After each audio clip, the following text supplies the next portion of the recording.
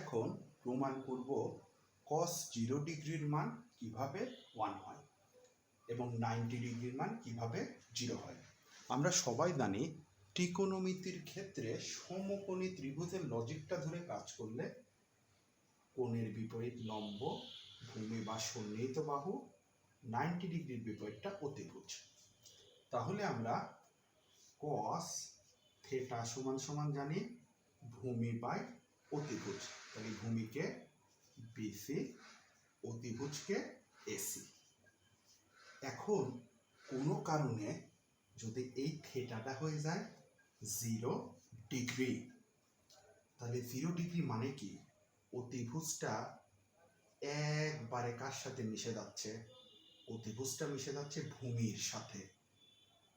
কারণ আমরা যখন 0 ডিগ্রি আঁকাবো লম্ব লম্বের মতোই, কিন্তু এই যে অতিভুজ যেটা আছে 0 ডিগ্রির জন্য এটা কি হবে?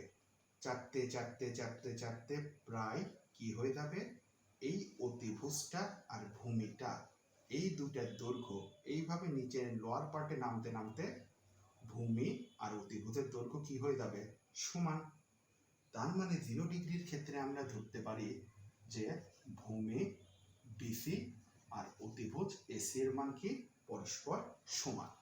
তাহলে বিসির পরিবর্তে যদি আমরা এসি দেই, এসির মতো যদি এসি রেখে দেই, যেহেতু দুটো সমান, কাটাকাটি করলে পরে cos 0 ডিগ্রির মান আমাদের কত হয়ে যায়? 1। আচ্ছা, এইবার যদি আমরা 90 ডিগ্রির মান চিন্তা করি, 90 ডিগ্রির ক্ষেত্রে আসলে কি হবে?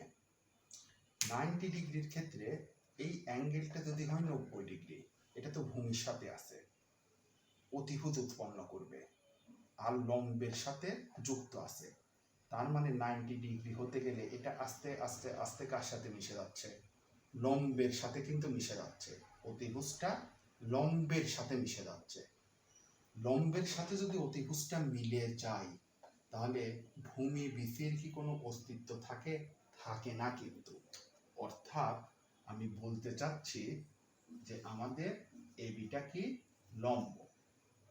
যেহেতু অতিভুজটা 90 ডিগ্রি কোণ উৎপন্ন করবে, তাহলে 90 ডিগ্রির জন্য তো অতিভুজটা কিরকম? স্ট্রেট হতে হবে। তো অতিভুজ তো এখন এই জায়গায় 90 করলে তো লম্বের সাথে কোনো সম্পর্ক থাকলো না। তার মানে আমাদের চিন্তা এইভাবে করতে হবে, অতিভুজটা লম্বের শীর্ষবিন্দুতেই আছে, কিন্তু স্ট্রেটের জন্য এটা প্রায় কার সাথে মিলে যাচ্ছে? লম্বের সাথে মিলে যাচ্ছে। তাহলে আমাদের কিন্তু ভূমির আর কোনো অস্তিত্ব নাই।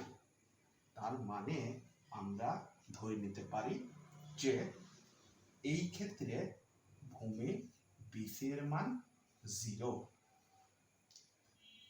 কোন ক্ষেত্রে? থিটার মান যদি হয় 90 ডিগ্রি, তাহলে cos 90 ডিগ্রি।